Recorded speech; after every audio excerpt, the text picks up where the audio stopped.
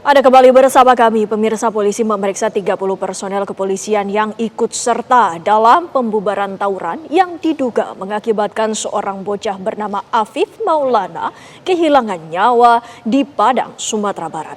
Jika terbukti melanggar, para personel kepolisian yang terlibat akan ditindak oleh Propam Polda Sumatera Barat.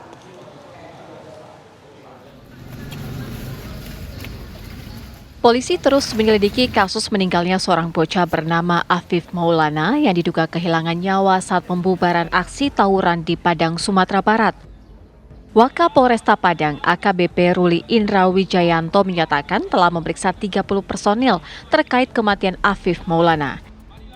Jika ada tindakan personil anggotanya yang melanggar, ia memastikan akan ditindaklanjuti oleh Propam Polda Sumbar. Saat ini kita masih terus melakukan penyelidikan, ya. Kita meminta keterangan dari saksi-saksi, terus kemudian juga kita masih menggali informasi-informasi dari yang lainnya. Karena kita masih baru mendapatkan sumber keterangan dari salah satu sumber informasi atas nama Hadis PU yang merupakan temannya pada saat berboncengan, itu ada ajakan kepada yang bersangkutan saat diamankan itu untuk melompat. Sedangkan posisi jembatan itu dengan kondisi di bawah itu cukup dalam sekali, kurang lebih ada 25 meter. Itu kita sudah lakukan kegiatan olah TKP tahap pertama maupun tahap 2. Nah, ini juga ada informasi simpang siur, Pak, tentang keterlibatan oknum kepolisian ya, Pak. Ini bagaimana, Pak, untuk prosesnya untuk kepada... Ini juga masih menjadi proses penyelidikan yang kami lakukan. Tadi saya sudah sampaikan pada rekan-rekan sekalian, seandainya memang ada perilaku-perilaku yang melanggar atau mungkin berlebihan yang dilakukan, tentunya akan dilakukan tindak lanjut, ya, proses lanjut yang tentunya akan ditindaklanjuti oleh Propam. Berdasarkan keterangan saksi, korban Afif Maulana diduga tewas usai melompat di atas jembatan Batang Kuranji dengan ketinggian sekitar 30 meter saat hendak diamankan polisi. Namun terkait dengan luka lebam di sekujur tubuh korban, polisi belum bisa menyimpulkan penyebabnya. Dari Padang, Sumatera Barat, Wahyudi Agus, TV One mengabarkan. Lantas bagaimana dengan proses penyelidikan kasus tewasnya bocah SMP Afif Maulana? Kami ajak Anda bergabung. Bersama kami sudah ada Kapolda Sumatera Barat Irjen Pol Suharyono, kemudian keluarga korban yaitu Paman Afif Maulana, Riki Lesmana, dan juga dari pihak LBH Padang, Bang Adrizal. Selamat siang, Assalamualaikum warahmatullahi wabarakatuh. Selamat siang Bapak-Bapak. Waalaikumsalam warahmatullahi wabarakatuh. Selamat Pertama, siang, baik. Gindi. Baik, selamat siang. Pertama kami akan ke Pak Riki Lesmana terlebih dahulu selaku dari keluarga dari Afif Maulana. Pak Riki, sampai dengan saat ini apa keyakinan dari keluarga atas kasus ini, Pak Riki? Ya, keluarga udah melapor sama LBH, Bu, ya. Silakan. Kenapa, Bu? Ya, silakan Pak Riki. Bagaimana tanggapannya dan juga keyakinan dari pihak keluarga atas kasus ini, Pak Riki? Ya, keluarga nggak apa, Bu, nggak terima kalau keponakan aku Afif dibilang tawuran apa terjun ke jembatan, nggak ada, Bu. Tanggapannya seperti apa? Yang dipercaya seperti apa? Disiksa tuh, Bu. Itu bekas memar tuh disiksa tuh, Bu. Dia kan pas sama si Adit ditendang sama polisi, Bu, jatuh terguling-guling dia, Bu. Ini melihat dari luka-luka di baik. Ini melihat ada luka-luka berarti ya dari tubuh korban ya. Kalau luka-luka yang apa tuh, Bu, bekas terguling-guling tuh, Bu. Tapi yang ini yang parah nih, Bu. Ini kayak diantam nih, Bu. Saya ikut ambilnya dari ruang otopsi sampai memandikan jenazah. Ini melihat ada kejanggalan-kejanggalan begitu ya, Pak Riki? Kejanggalan, banyak kejanggalan saya lihat, Bu. Lantas Pas di ruang otopsi nggak dibolehin, Bu, sama dokter sama petugas, nggak boleh dilihat.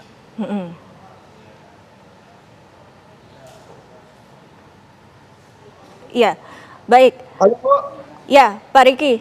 Lantas kita akan langsung tanyakan kepada pihak LBH Padang. Bang Adrizal, kita sudah sama-sama mendengarkan pernyataan dari pihak keluarga. Sampai dengan saat ini kita ketahui bahwa dari LBH dan juga dari atas kasus ini akan ditindaklanjuti ke Propam Polda Sumatera Barat apabila memang ternyata ada keterlibatan dari personel kepolisian. Ini bagaimana tanggapannya?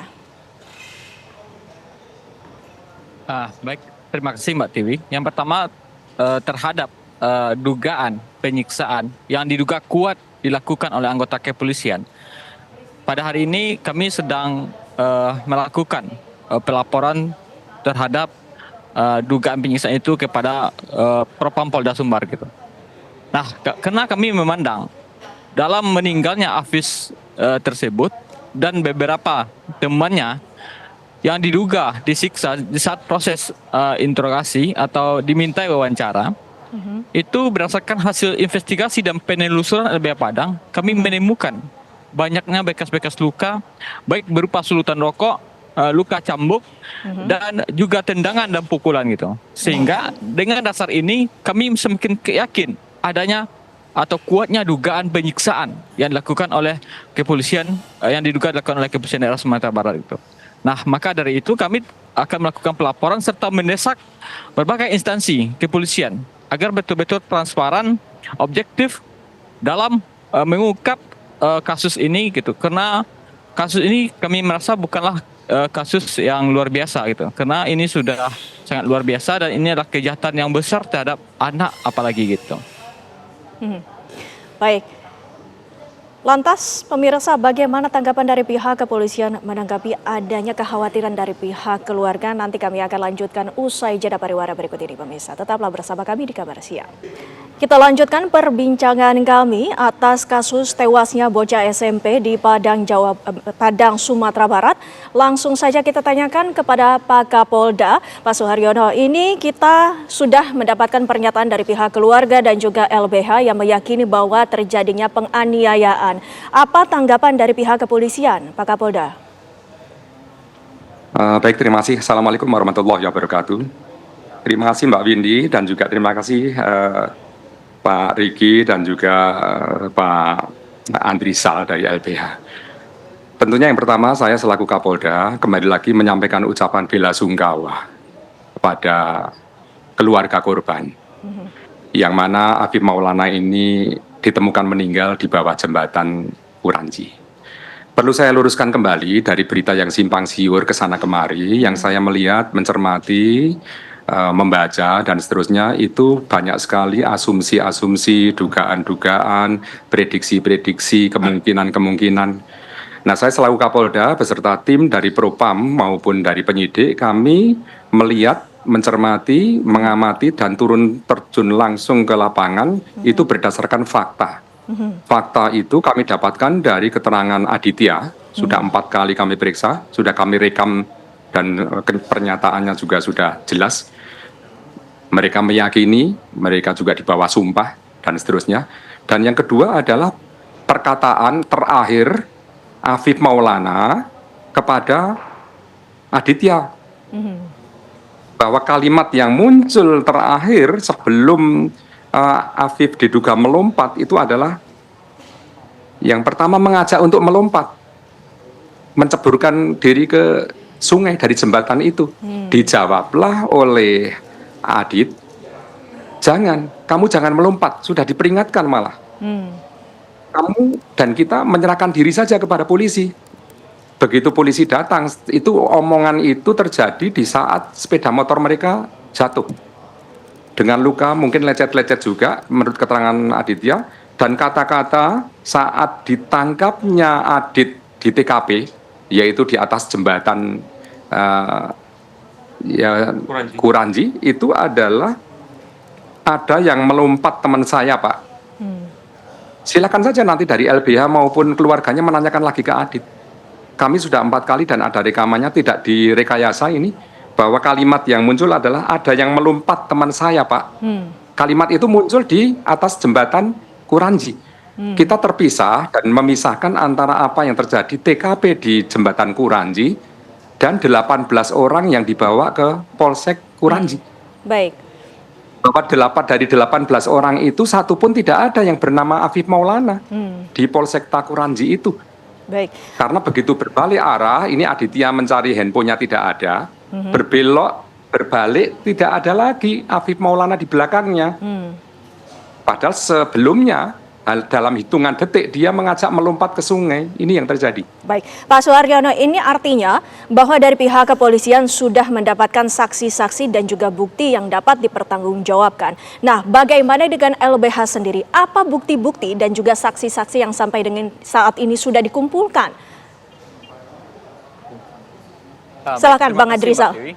Yang pertama terkait dengan ajakan.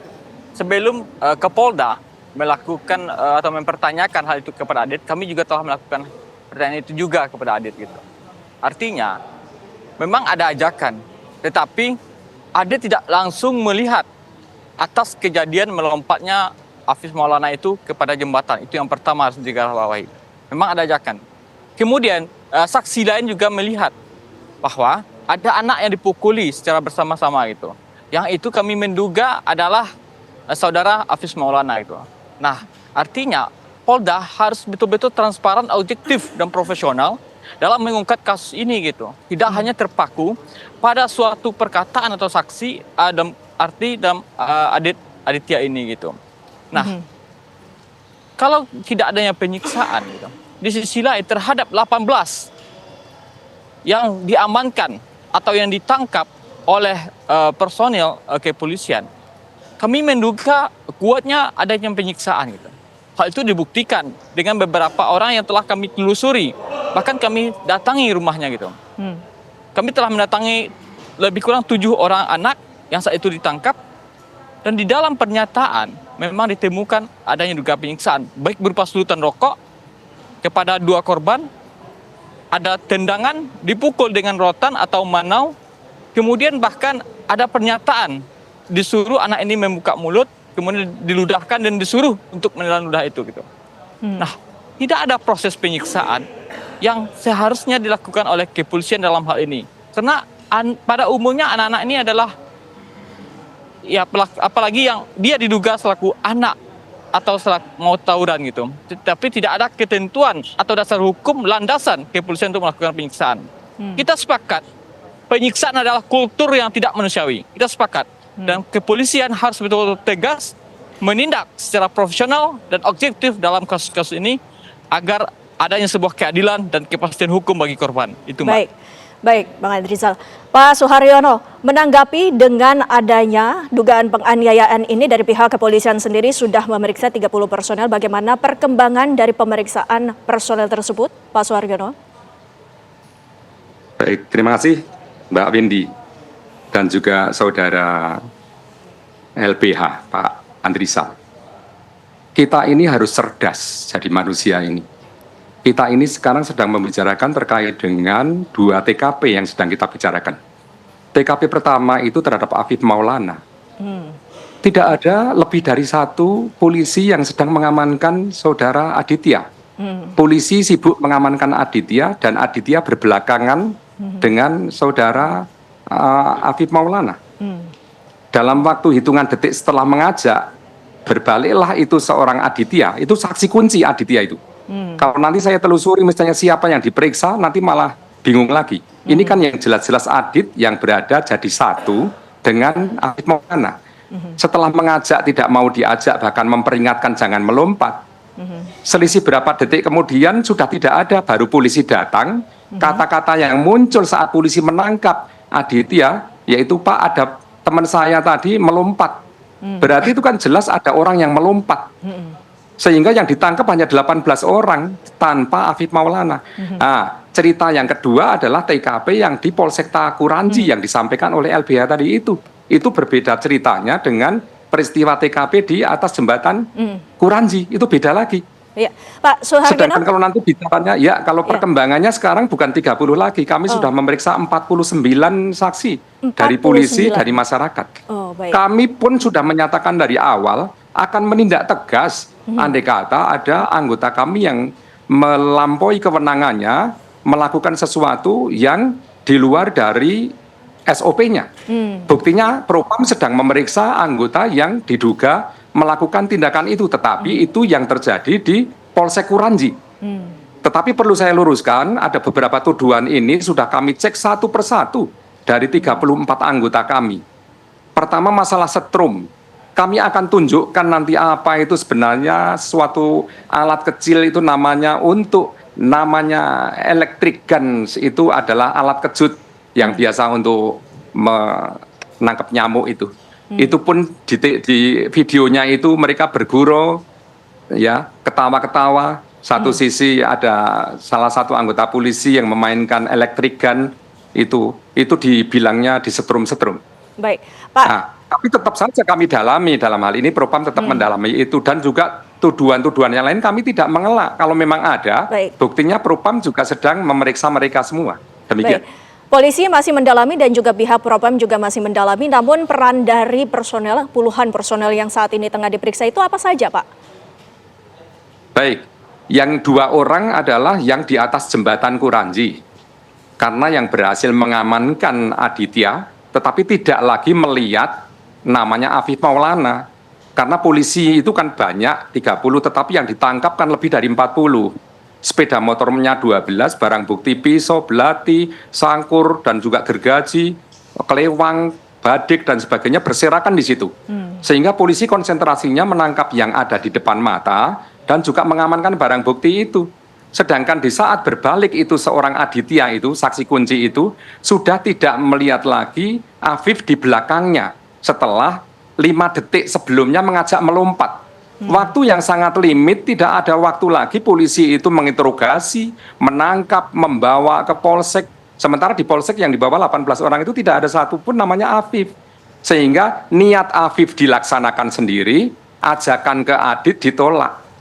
Itu yang terjadi. Sehingga mungkin kalau berkembang dari luka-luka dan sebagainya, ingat bahwa jatuhnya dari motor muncul lecet-lecet.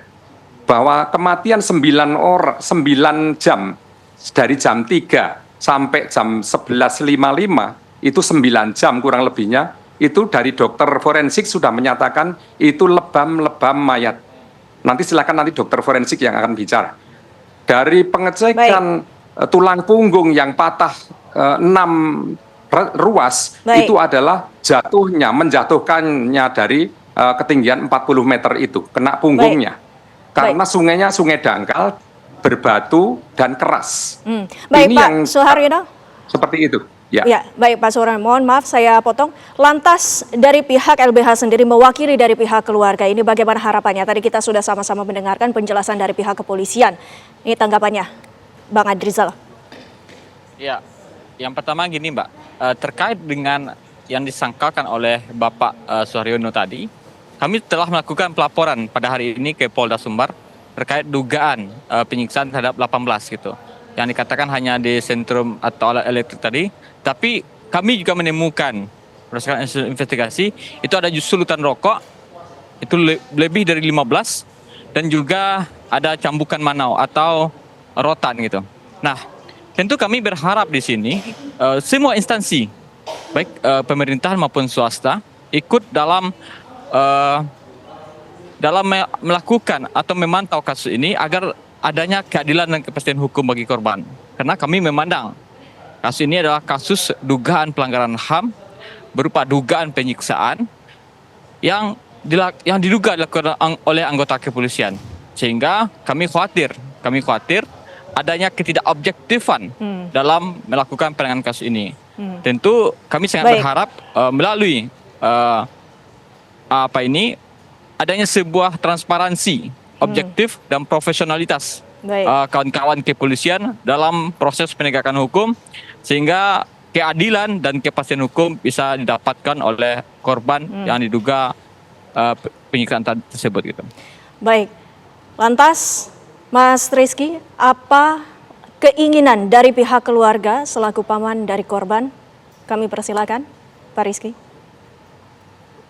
Pak Kapolda, minta tolong Pak ya, tolong tuntas masalah ponakan aku nih Pak. Soalnya udah 3 hari habis siap ini di makanan Pak, gak ada pihak kepolisian datang ke rumah ini Pak. Cuma Adit saksi katanya yang dicari langsung nih Pak. Kata si Adit itu Pak, dia didorong sama polisi Pak, pas jatuh tuh Pak. Itu saya ada rekaman juga tuh Pak. Ada yang lihat si Afif ada dalam Polsek Kranji Pak. Rekaman pun ada sama saya Pak. Saya pamannya, saya udah lihat. Minta tolong Pak, apa Kapolda ya. Keponakan aku masih kecil Pak, ya. Ada lihat si Afif ini dipukul di Polsek Kranji Pak. Yang dalam 18 orang itu sudah ada yang sudah saya rekam semuanya Pak. Baik. Baik, Pak Riki Lesmana. Siap ke lompat ke apa Pak, nggak ada Pak. Baik, Pak Riki Lesmana, Pak Suharyono, dan Bang Andrizal, kita harapkan agar kasus ini mendapatkan titik terang. Terima kasih Bapak-Bapak waktunya bersama kami. Selamat siang.